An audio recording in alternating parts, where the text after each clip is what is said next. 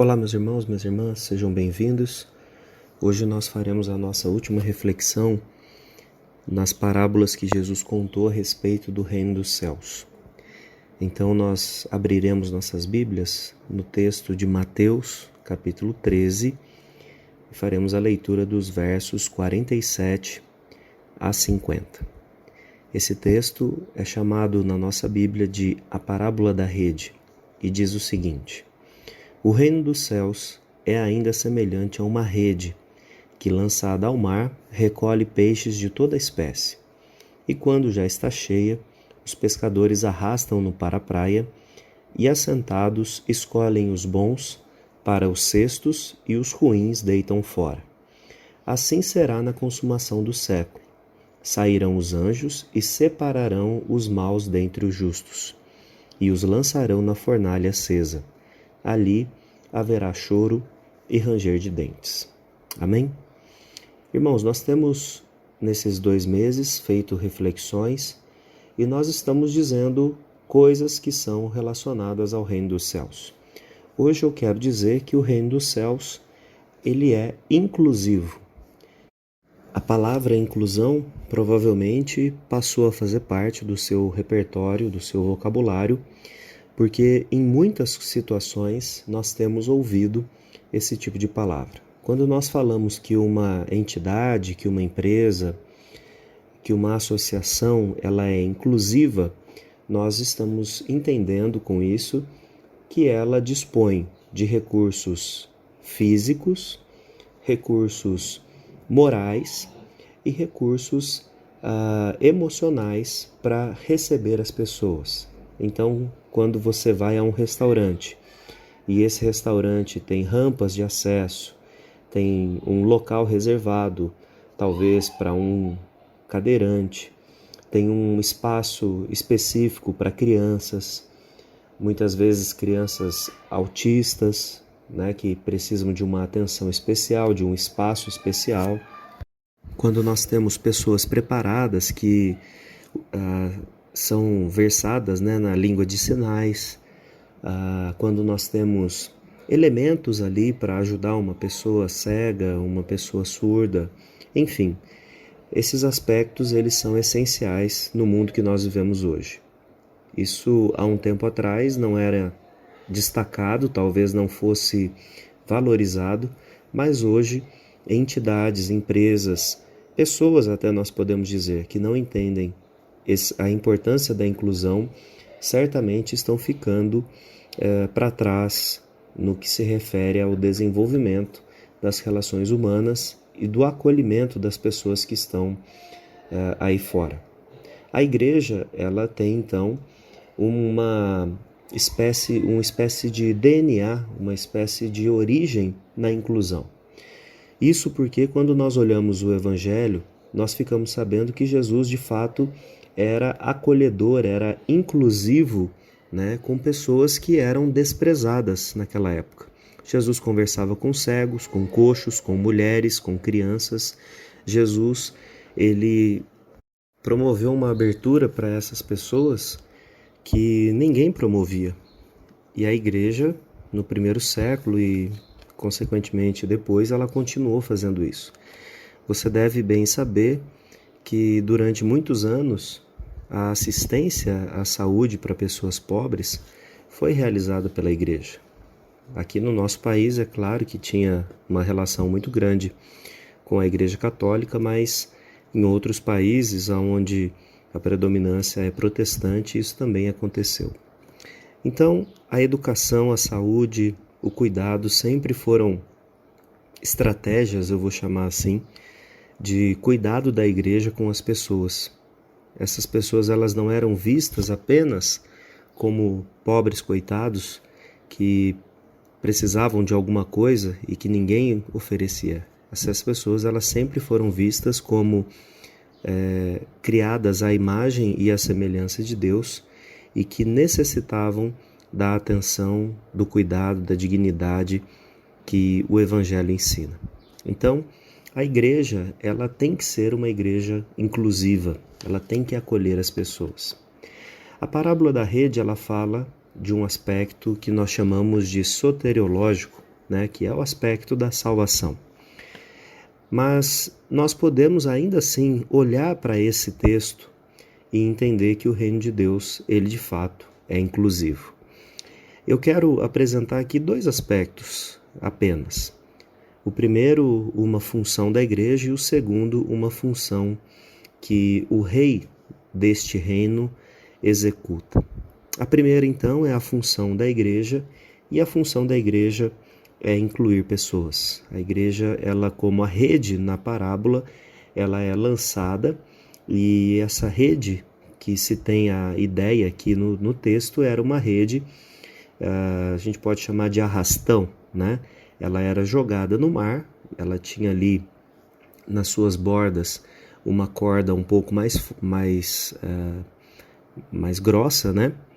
E os pesos ali eram colocados para que ela, em uma parte, ela ficasse mais funda e a outra parte ficasse mais leve. Então, à medida que o barco era conduzido, essa rede ela abria, né? E ela vinha então pegando tudo aquilo que tinha na sua frente. Logo depois, a parte de baixo da rede era puxada e isso fazia como se fosse uma sacola, né? Um saco assim, fechando os peixes, e é claro que pegava outras coisas também que estivessem ali no lago, né? No mar. Ainda que os discípulos de fato não pescassem no mar, né? Mas eles sempre estavam ali no que eles chamavam de Mar da Galileia, né? Então veja só, Jesus ele compara a igreja a essa rede, que ela é lançada e ela vem acolhendo pessoas, independente se são boas ou ruins, se são capazes ou incapazes, se estão prontas ou não. Aqui nós não temos a distinção se são mulheres ou homens, crianças ou idosos. A igreja ela tem a obrigação de incluir, de acolher todas essas pessoas do mesmo jeito que a rede é descrita aqui no versículo 47. Penso eu que a igreja pode fazer essa inclusão de três formas, né? Nós poderíamos sair, né, por aí, de fato, empurrando as pessoas para a igreja. Mas acredito que existem estratégias que são mais eficazes. Nós incluímos as pessoas quando nós as ensinamos. Essa é uma característica que nós podemos, como igreja, fazer. À medida que nós ensinamos, nós vamos abrindo o horizonte para que essas pessoas sejam alcançadas. Você muito bem sabe que a escola dominical, na sua origem, ela não era uma escola que se voltava para o ensino bíblico exclusivamente, mas ela foi criada para ser uma escola que ensinasse crianças a ler e a escrever. E em muitos momentos, inclusive aqui no nosso país, essa estratégia foi utilizada para alcançar as pessoas. Então, a educação ela é, de certa forma, uma rede, né, que vem acolhendo as pessoas, que vem trazendo as pessoas para perto de Jesus Cristo. Esse aspecto do ensino é um aspecto da rede, né, um aspecto de trazer pessoas boas ou ruins. É claro que nessas escolas dominicais e mais tarde escolas, né, com o formato que nós conhecemos hoje, elas não poderiam fazer a distinção de bons alunos e maus alunos, de alunos que fossem de um padrão X para serem acolhidos e outros não. O objetivo da escola era, de fato, ser abrangente o suficiente para acolher todas as pessoas, certo? Um segundo aspecto que a igreja pode utilizar para alcançar, né, para fazer esse papel de acolher as pessoas é a ação social. A ação social, como nós chamamos hoje, ela acabava, né, se manifestando na igreja na assistência às pessoas. E aqui eu coloco dois aspectos. O aspecto do socorro, no momento em que a pessoa ela está precisando de alguma coisa, uma cesta básica, alguma coisa nesse sentido, um socorro porque a casa destelhou, enfim. E ele também funciona, e funcionou muito, como um aspecto do cuidado da saúde dessas pessoas. Então aqui mais uma vez nós temos um exemplo de algo que a igreja fez e que foi extremamente eficaz, continua ainda sendo, né, em muitos lugares, e que é uma estratégia dessa da rede, né, de ir lá e trazer todas as pessoas que estiverem juntas num determinado lugar, acolhendo, aproximando essas pessoas para aquilo que elas necessitam, né? Então a igreja ela serve muitas vezes como os braços, né, como as mãos que vão cuidar da saúde, que vão acolher as pessoas, que vão preparar um alimento. E nesse aspecto de tudo isso que vai sendo feito, pessoas boas, pessoas ruins, pessoas que entendem, pessoas que não entendem, pessoas que precisam da assistência e pessoas que estão ali simplesmente por ser oportunistas, todas essas pessoas acabam sendo colocadas em um mesmo ambiente, sendo trazidas em um mesmo ambiente. É a rede, ela não pode fazer distinção, né? E um outro aspecto que eu vejo da igreja como rede é o aspecto que eu vou chamar aqui de resgate das pessoas, que tem muito a ver com a função da evangelização e das missões da igreja, né? Então, quando nós nos mobilizamos como crentes para ir até as pessoas e levar o evangelho a essas pessoas, falar de Cristo para elas, no local onde elas estão, não trazendo-as para a igreja, local físico, mas indo em direção a elas, nós estamos também agindo nessa função. E quando nós vamos evangelizar as pessoas, realizar essa obra missionária, nós não perguntamos mais uma vez quem é apto, quem não é, quem está disposto a servir a Jesus e quem não está disposto.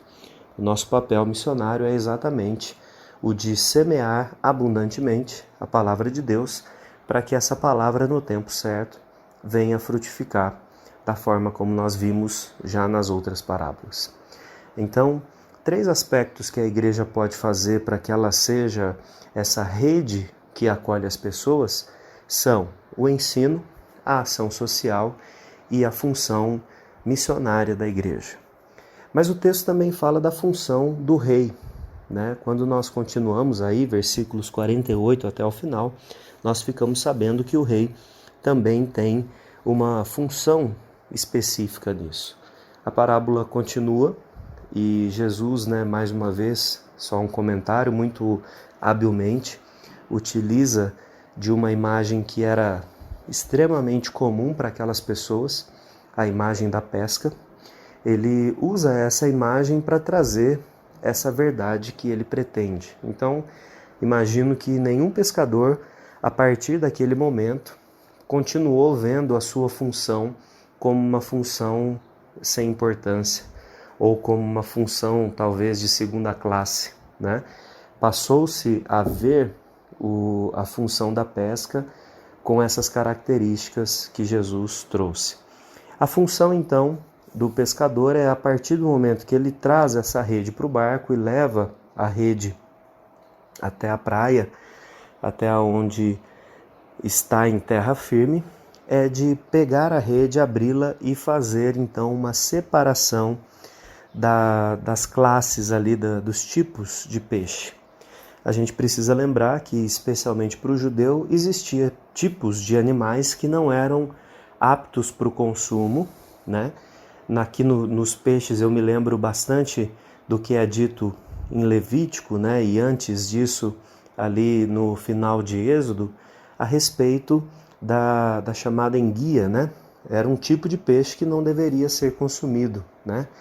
Talvez até a enguia se classifique em outro grupo de animais hoje, né? Mas naquela época foi colocado como um tipo de peixe ali dentro das classificações dadas por Moisés. Enfim, a primeira função do rei, do reino dos céus, é separar aqueles que são aptos daqueles que não são aptos, aqueles que são adequados daqueles que não são adequados. E aí você me pergunta, mas pastor, quais são as características daqueles que são as características, na verdade, dessa separação que Deus fará? Não sei. Essa é a resposta mais honesta e sincera que eu posso te dar. E qualquer um que tente te dar uma resposta diferente, você pode ter a certeza que é alguém que está colocando palavras na boca de Deus. Digo isso porque Deus não nos revelou qual é o critério que Ele vai utilizar para fazer isso, né? Nós sabemos que esse critério foi estabelecido antes da fundação do mundo e que Cristo fez tudo o que fez exatamente para executar de maneira plena aquilo que foi estabelecido na Trindade, né? Mas nós não temos aqui os critérios. E nesse sentido, nós precisamos descansar o nosso coração de que pessoas estarão na igreja e que o tempo, né, e que a forma como se dará a vida delas, né, com Cristo, a vida delas, nesse aspecto de ser salvo ou não, é um critério de Deus. O nosso papel sempre é ensinar, cuidar, amar, doutrinar, corrigir, mas o aspecto de saber quem é quem, esse não nos compete. Deus é quem determina essas coisas. A primeira função dele, então, é separar bons de maus, é separar aqueles que são salvos daqueles que não são salvos. Isso significa que a próxima função dele é, então, guardar alguns desses, salvar alguns desses, né? Selecionar alguns desses para que vivam para sua honra, para sua glória, para que façam as coisas de acordo com o louvor do nome dele mesmo, certo?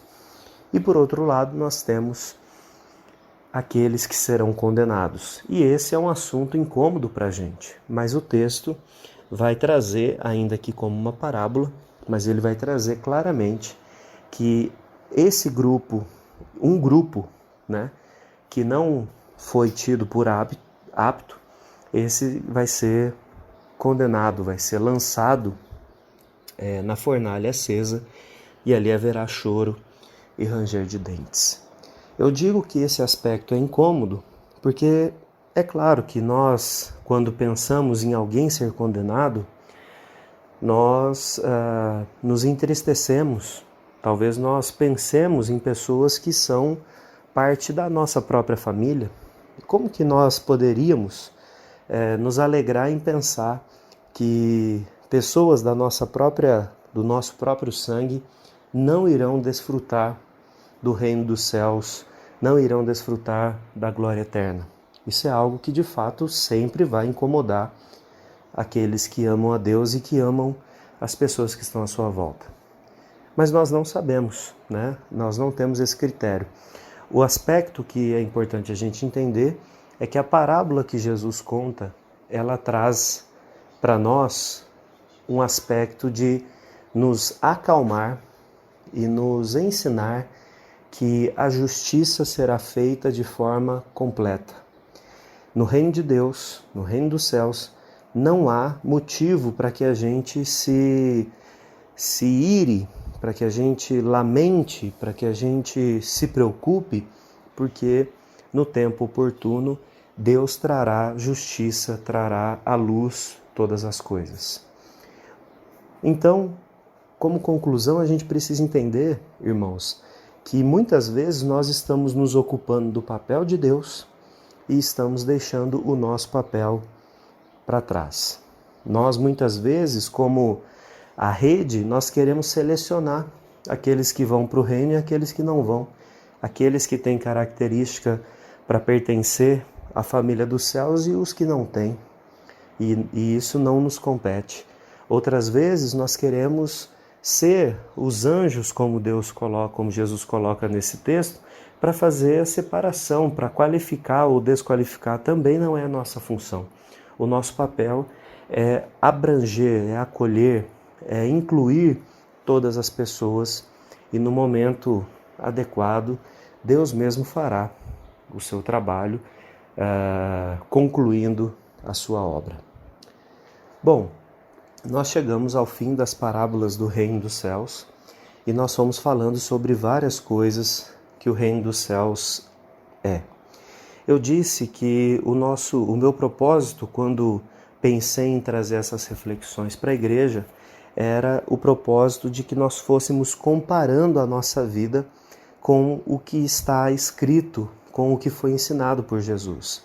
E para concluir agora a série, eu queria chamar a sua atenção para os versículos 51 e 52, que é o final mesmo das parábolas que Jesus conta aqui. Ele diz assim: entendeste todas essas coisas? Responderam-lhes: sim. Então lhes disse: por isso todo escriba versado no reino dos céus é semelhante a um pai de família que tira do seu depósito coisas novas e coisas velhas. O que Jesus está querendo dizer com esse final do texto aqui do reino dos céus?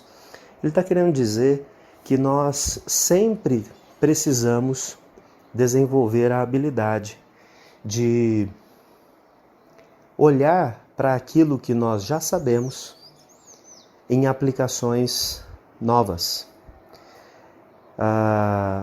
Jesus está dizendo que o fundamento é o mesmo, mas que a aplicação desses fundamentos pode ser diferente em situações diferentes. Eu tenho certeza, irmãos, que se nós lêssemos esse texto, na nossa adolescência, nós teríamos uma perspectiva do que é o reino dos céus. Depois que você constitui família, depois que talvez os seus filhos saem de casa e vêm os netos, a perspectiva que nós temos do reino dos céus, ela vai aumentando, ela vai se expandindo. Preocupações que não existiam no nosso coração no primeiro momento passam a existir nesse segundo momento. Se nós também pensarmos em termos de maturidade espiritual, quando nós acabamos de conhecer a Jesus, nós temos um tipo de perspectiva. Já no momento em que nós passamos a desfrutar de uma maior intimidade com Deus, o anseio que nós temos pelo reino dos céus também é diferente. Então é nesse sentido que Jesus está dizendo que alguém que é versado na lei, alguém que está hábil para ensinar a lei, ele faz esse movimento de olhar para aquilo que é a base e olhar para frente. Olhar para a base e olhar para o presente, para saber como pode ser aplicado com maior habilidade, com maior precisão os ensinos do reino dos céus. Então eu espero que nesse momento, nessa fase da nossa vida, da nossa igreja, os ensinos que nós tivemos a respeito do reino dos céus tenha sido útil para você. Mas o convite para que você continue se aperfeiçoando é dado não por mim, mas pela própria palavra. Então que você, que eu, que nós como igreja, continuemos sempre nesse processo de aprender mais do nosso Senhor. Que Deus te abençoe e um grande abraço.